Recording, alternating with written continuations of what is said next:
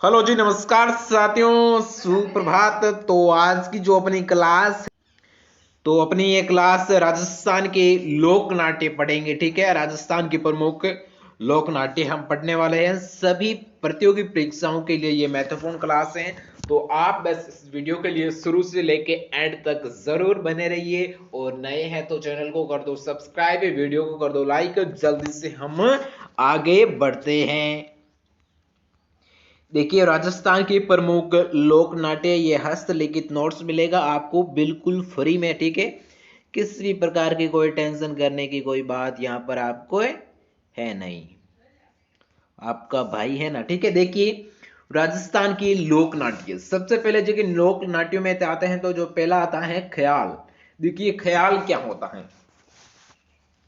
देखिए धार्मिक, सामाजिक, ऐतिहासिक व पुरानी आख्यान को प्रबंध रचनाओं के रूप में अलग अलग पात्रों द्वारा गा गा कर लोक मनोरंजन हेतु लोक नृत्य के रूप में प्रस्तुत किया जाता है। और लोक नाट्य में नगाड़ा में हारमोनियम प्रमुख वाद्य यंत्र होता है। देखिए हारमोनियम क्या होता है आप सभी को ही पता है, अगर नहीं पता है तो देखिए हारमोनियम एक वो बजाते हैं ना, वो पेटी पोंपा भी, ठीक है, उसी को ही कहते हैं। ठीक है, आप मतलब यहाँ पर जो जागरण या सभा यहाँ होती है जहाँ पर वो गीत गाने वाले बजाते हैं, हाँ उसी हारमोनियम कहते हैं। ठीक है, हाँ तो देखिए ख्याल क्या होता है। ख्याल देखिए धार्मिक और ऐतिहासिक व पुरानी आख्यात के प्रबंध जो रचनाएं होती हैं उसको अलग अलग पात्रों द्वारा गा गा कर मतलब लोक मनोरंजन हेतु लोक नृत्य के रूप में प्रस्तुत किया जाता है। ठीक है, मतलब उसको गा गा कर लोक नृत्य के रूप में, देखिए नाट्य को भी नृत्य में बदल देते हैं। ठीक है, तो उसके रूप में प्रस्तुत किया जाता है। और ये लोक नाट्य में जो विशेषकर जो प्रमुख वाद्य यंत्र होता है तो वो होता है नागड़ा के साथ हारमोनियम। ठीक है, हाँ। अब देखिए राजस्थान में प्रमुख ख्याल है जो निम्न प्रकार से हैं। ख्याल क्या होता है आप समझ गए होंगे। देखिए सबसे पहले शेखावटी व चिड़वा के ख्याल, शेखावटी व चिड़वा के ख्याल। देखिए सीकर, खंडेला, चिड़वा, जाखल आदि क्षेत्रों इस खेल के लिए प्रसिद्ध आंकड़े रहे हैं। और चिड़वा के सर्वज्ञ नानू लाल दूलिया राणा ख्याल लोक नाट्य के प्रसिद्ध कलाकार रहे हैं। देखिए चिड़वा, चिड़वा ख्याल के जो प्रसिद्ध अगर आपको कलाकार पूछे तो आपको याद रखना है श्री नानूलाल जी दुलिया राणा। ठीक है, वो ख्याल लोक नाट्य के लिए प्रसिद्ध कलाकार रहे हैं।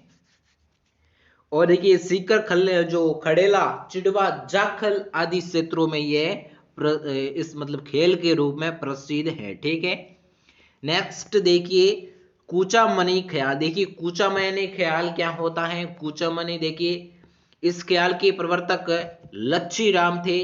और ख्याल का रूप ओपेरा जैसा है। और उगम राज इस ख्याल के प्रसिद्ध खिलाड़ी हैं। यहीं से देखिए आपको 3 क्वेश्चन आपको देखने के लिए बन सकते हैं। देखिए कूचा मनी ख्याल के प्रवर्तक किसे माने जाते हैं तो आपको याद रखना है लच्छी राम जी। ठीक है, और इस देखिए कूचा मनी ख्याल के प्रसिद्ध खिलाड़ी कौन थे तो आपको याद रखना है उगम राज। ठीक है, उगम राज हैं जो इसके प्रसिद्ध खिलाड़ी माने जाते हैं। किस ख्याल के? कूचा मनी ख्याल के। ठीक है, हाँ, कूचा मनी ख्याल के। ठीक है, नेक्स्ट देखिए आ गया आपको समझ में, आगे बढ़ते हैं। हाँ, नेक्स्ट है देखिए हेला ख्याल। देखिए हेला ख्याल क्या होता है। ये दौसा, लालसोट, सवाई माधोपुर के क्षेत्रों में प्रचलित है। और इनमें नौबत वाद्य यंत्र है जो प्रयुक्त होता है। ठीक है, नौबत नगड़ा नौबत जो प्रमुख है। और इसकी मुख्य विशेषता क्या है देखिए, हेला देना यानी लंबी टेर में आवाज देना रही है। ठीक है, हेला मतलब लंबी टेर यानी मतलब जो लंबी पुकार आप देखिए जैसे कि हम बोलते हैं नहीं ओ, मतलब इस प्रकार जो इस राग को लंबी लंबी फैलाना, लंबी लंबी करना। ठीक है, तो इसकी जो प्रमुख विशेषता है वो किस ख्याल की विशेषता है, किस लोक नाट्य ख्याल की विशेषता है तो आपको याद रखना है हेला ख्याल लोक नाट्य की। ठीक है, और इसके अगर क्षेत्रों की बात करें तो दौसा और सवाई माधोपुर आपको याद रखना है। ठीक है, बढ़ते हैं नेक्स्ट देखिए अली बख्शी ख्याल। देखिए अली बख्शी ख्याल क्या होता है? अलवर रियासत के मुंडावर ठिकाने के राव राजा अली बख्श के समय ये अद्भुत हैं और लोक नाट्य पूर्वी राजस्थान में प्रसिद्ध हैं। देखिए पूर्वी राजस्थान में कौन सा लोक नाट्य प्रसिद्ध है? तो आपको याद रखना है अली बख्शी ख्याल लोक नाट्य। ठीक है, जो अलवर के रियासत के समय जो मुंडावर ठिकाने के जो राजा थे जिसका नाम क्या था? राजा अली बख्श सिंह। ठीक है, तो उसके समय ये काफी प्रसिद्ध रहा है। ठीक है, और खासकर राजस्थान के पूर्वी क्षेत्रों में। इसके बारे में तो संपूर्ण हो गई जानकारी। देखिए नेक्स्ट आगे बढ़ते हैं। आगे जो हमारा जो ख्याल आता है, लोकनाट्य ख्याल आता है, तो वो आता है कन्हैया। हाँ, कन्हैया ख्याल। देखिए कन्हैया ख्याल देखिए करौली, सवाई माधोपुर, भरतपुर, धौलपुर क्षेत्र की और कन्हैया ख्याल खेली जाती हैं। और कन्हैया ख्याल के नौबत, घेरा, मंजीरा, ढोलक ये वाद्य यंत्र प्रयुक्त होते हैं। देखिए एक बार फिर से सुन लीजिए कि जो कन्हैया ख्याल है उसके अंतर्गत देखिए कौन कौन से जो वाद्य यंत्र है वो प्रयोग में लिए जाते हैं। तो आपको याद रखना है नौबत, घेरा, मंजीरा और ढोलक। ठीक है, ये प्रमुख रूप से जो वाद्य यंत्र होते हैं। और इसके देखिए क्षेत्र की बात करें तो जिसमें देखिए करौली, सवाई माधोपुर, भरतपुर और धौलपुर। ठीक है, इस क्षेत्र में प्रमुख रूप से जो ख्याल खेला है वो कन्हैया ख्याल है वो खेली जाती हैं। ठीक है, बढ़ते हैं नेक्स्ट। देखिए डपाली ख्याल। देखिए डपाली ख्याल ये अलवर, भरतपुर और लक्ष्मणगढ़ का क्षेत्र डपाली ख्याल के लिए प्रसिद्ध है। देखिए डपाली ख्याल लोक नाट्य के लिए प्रसिद्ध क्षेत्र कौन सा है? तो आपको याद रखना है अलवर, भरतपुर ये और लक्ष्मणगढ़ के जो आसपास का क्षेत्र है वो डपाली ख्याल के रूप में प्रसिद्ध रहा है। ठीक है, आ गया समझ में। नेक्स्ट देखिए आगे बढ़ते हैं। देखिए नेक्स्ट है जो हमारी जो ख्याल है, देखिए आगे बढ़ते हैं। तुर्रा कलंकी। देखिए तुर्रा कलंकी क्या है? तुर्रा कलंकी किस जो ये क्या है लोक नाट्य, तो उसके बारे में देखिए चर्चा करते हैं। तुर्रा कलंकी। देखिए तुर्रा कलंकी के मुख्य केंद्र गोसुंडा, चित्तौड़गढ़ और निम्बाहेड़ा तथा नीमच मध्य प्रदेश, इन स्थानों में तुर्रा कलंकी के सर्वश्रेष्ठ कलाकार दिए हैं। देखिए जिसमें देखिए इसके क्षेत्र, आपको एक बार क्षेत्र आपके दिमाग में याद होना चाहिए। क्षेत्र देखिए कौन कौन से हैं तुर्रा कलंकी के। तुर्रा कलंकी लोक नाट्य के क्षेत्र अगर आपको पूछे तो आपको याद रखना है गोसुंडा। ठीक है, गोसुंडा कहां पर आया हुआ है? चित्तौड़गढ़ में। और नीबाहेड़ा और नीमच जो मध्य प्रदेश, और इन स्थानों पे जो तुर्रा कलंकी है वो सर्वश्रेष्ठ कलाकार दिए हैं। जिसमें कलाकारों के अगर नाम पूछे तो आपको याद रखना है जैसे चेतराम, गोसुंडा का हिम्मत बैंग एवं संवादो और पायल ताराचंद तथा ठाकुर ओकार ठीक सिंह, ठाकुर ओकार सिंह। ठीक है, ये आदि प्रमुख रहे हैं। ठीक है, किस लोक नाट्य के? तुर्रा कलंकी लोक नाट्य के। ठीक है, और देखिए मेवाड़ के साय अली और तुकनगिर के नाम के दो संत पीर जिसमें 400 साल पहले इनकी रचना की है। और इससे हम ये नाम देते हैं कि तुर्रा को महादेव शिव और कलंकी को पार्वती का प्रतीक माना जाता है। तुर्रा देखिए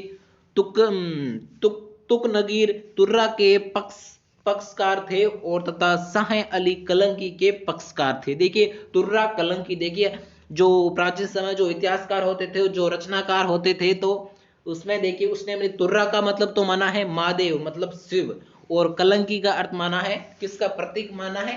पार्वती का प्रतीक माना है। ठीक है, आ गया समझ में? हाँ, नेक्स्ट देखिए। हाँ, इन दो खिलाड़ियों ने तुर्रा कलंकी के माध्यम से शिव शक्ति के विचारों को लोक जीवन तक पहुंचाया है। और इनके प्रचार का मुख्य माध्यम काव्यम संरचनाएं थी जिन्हें लोक समाज में दंगल के नाम से जाना जाता है। ठीक है, और यह दंगल जब भी आयोजित होते हैं तो दो पक्षों के खिलाड़ियों को बुलाया जाता है और फिर इनमें पहर दर पहर काव्यात्मक संवाद होते हैं। और तुर्रा कलंकी का ख्याल बहुत लोकप्रिय है और ये संपूर्ण राजस्थान में खेला जाता है और इनका विस्तार मध्य प्रदेश तक भी है। ठीक है, किस लोक नाट्य का जो विस्तार है वो संपूर्ण राजस्थान और मध्य प्रदेश तक भी फैला हुआ है। तो आपको याद रखना है तुर्रा कलंकी। ठीक है, आगे समझ में बढ़ते हैं नेक्स्ट। ठीक है, आगे देखिए। हाँ, आगे है रस्मत, देखिए रस्मत क्या है एक बार, हाँ देखिए सुन लीजिए रस्मत। देखिए रस्मत ये जैसलमेर व बीकानेर क्षेत्र के ख्याल रस्मतों के नाम से जाने जाते हैं। और रस्मत लोक नाट्य शैली का प्रारंभ जैसलमेर में हुआ था और जैसलमेर के तेज कवि ने रहमतों का खेड़ा प्रारंभ किया था। और बीकानेर में रहमत, जो बीकानेर की रहमत है वो प्रसिद्ध है। देखिए एक बार फिर से सुन लीजिए कि रहमत है वो क्या है। रहमत देखिए जैसलमेर व बीकानेर क्षेत्रों में क्या मतलब जानी जाती हैं खास रूप से। और जो रमत का जो खेल, जो नाट्य लोक नाट्य प्रारंभ होता है तो वो कहाँ से होता है, जैसलमेर से होता है। और वो कहाँ की प्रसिद्ध कहाँ की है, वो बीकानेर की प्रसिद्ध है। और जैसलमेर के तेज कवि ने रहमत का खेड़ा प्रारंभ किया था। अगला देखिए तमाशा। देखिए तमाशा क्या होता है, तमाशा क्या होता है, लोक नाट्य। ठीक है, हम लोक नाट्य पढ़ रहे हैं उसमें तमाशा। देखिए ये जयपुर की लोक नाट्य शैली है और तमाशा की प्रमुख कलाकार बंशीधर भट्ट थे। देखिए इसमें थोड़ा आपको याद रखना है कि तमाशा के जो प्रमुख कलाकार थे तो विशेषकर थे तो उसमें कौन थे, बंशीधर भट्ट। ठीक है, वो कहाँ की प्रसिद्ध है, जयपुर की प्रसिद्ध है। ठीक है, तमाशा लोक नाट्य शैली। और इनके देखिए अच्छे अच्छे कुछ कलाकार भी हैं, उसके नाम भी मैं आपको बता देता हूं। देखिए गोपी सिंह भट्ट, फूल सिंह भट्ट, मनोज जी भट्ट तथा वासुदेव भट्ट तमाशा के अच्छे कलाकार रहे हैं। ठीक है, अगला देखिए नौटंकी। देखिए नौटंकी क्या होता है, नौटंकी लोक नाट्य किस क्षेत्र की प्रसिद्ध है। ठीक है, देखिए नौटंकी, राजस्थान के नौटंकी का प्रचलन डेंग निवासी भूरेलाल ने किया था। ठीक है, और भरतपुर, धौलपुर, करौली, सवाई माधोपुर आदि उत्तर प्रदेश के सीमावर्ती इलाकों में नौटंकी नामक लोक नाट्य का प्रचलन अधिक है। ठीक है, इसके बारे में आपको इतना ही ध्यान रखना है। ठीक है, बढ़ते हैं नेक्स्ट, देखिए आगे गंवरी या राई। देखिए गंवरी या राई, ठीक है, ये लोक नाट्य, गंवरी या राई ये लोक नाट्य देखिए कहाँ का प्रसिद्ध है, राजस्थान के उदयपुर, डूंगरपुर तथा बांसवाड़ा का क्षेत्र भीलों का प्रसिद्ध लोक नाट्य रहा है। देखिए भीलों का प्रसिद्ध लोक नाट्य रहा है तो वो कौन सा रहा है, गंवरी या राई। ठीक है, और जिसमें देखिए क्षेत्र कौन कौन से आते हैं, उदयपुर, डूंगरपुर और बांसवाड़ा का क्षेत्र आता है। और गंवरी लोक नाट्य का मुख्य आधार शिव तथा भस्मासुर की कथा है। ठीक है, उसमें देखिए वो किसकी कथा सुनाते हैं, गंवरिया राय के लोकनाट्य में भगवान शिव और भस्मासुर की। ठीक है, और राखी के बाद इसका प्रदर्शन 40 दिन तक चलता है। ठीक है, जब रक्षाबंधन आती है तो उसके बाद में जो इसका जो प्रदर्शन है वो 40 दिन तक चलता है। ठीक है, 1 महीना और 10 दिन। और ये लोक नाट्य राजस्थान का सबसे प्राचीन लोक नाट्य है। देखिए सबसे प्राचीन लोक नाट्य की बात करें तो वो आपको याद रखना है गंवरिया राई लोक नाट्य। ठीक है, भीलों का प्रसिद्ध लोक नाट्य। देखिए भील सबसे प्राचीन जनजाति कौन सी थी, भील थी। और देखिए तो उसमें उस समय भी इसने प्रचलित किया होगा तो उसका नाम क्या है, गंवरिया राई। तो ये भी प्राचीन हो गया। ठीक है, ये भी सबसे प्राचीन में से एक लोक नाट्य हो गया। और जो लोक नाट्य को मेरु नाट्य कहा जाता है। ठीक है, इस लोक नाट्य को मेरु नाट्य भी कहा जाता है। ठीक है, इसके बारे में थोड़ा आपको ध्यान रखना है। और इस लोक नाट्य की विशेषता है कि इससे भीलों के अलावा कोई नहीं खेल सकता। ठीक है, इसकी एक और अलग आपको झलक देखने को यह मिलती है कि इस लोक नाट्य की जो ये प्रमुख विशेषता है कि गंवरी या राई जो ये लोक नाट्य है इसको भीलों के अलावा कोई खेल नहीं सकता। ठीक है, ये भीलों का प्रमुख लोक नाट्य है। तो वो कौन सा लोक नाट्य है, गंवरी या राई। ठीक है, प्रसिद्ध भीलों का लोक नाट्य है और यह राजस्थान का सबसे प्राचीन और मेरु नाट्य भी कहा जाता है। आ गया समझ में। नेक्स्ट देखिए अगला जो हमारा लोक नाट्य आता है तो वो आता है स्वांग। देखिए स्वांग क्या होता है, यह भी लोक नाट्य का एक रूप है जिसमें एक ही चरित्र होता है जो किसी विशेष ऐतिहासिक, पौराणिक, लोक प्रसिद्ध चरित्र या देवी देवताओं की नकल में मेकअप कर उसके जैसी वेशभूषा पहनता है और उसी के अनुरूप अभिनय करता है।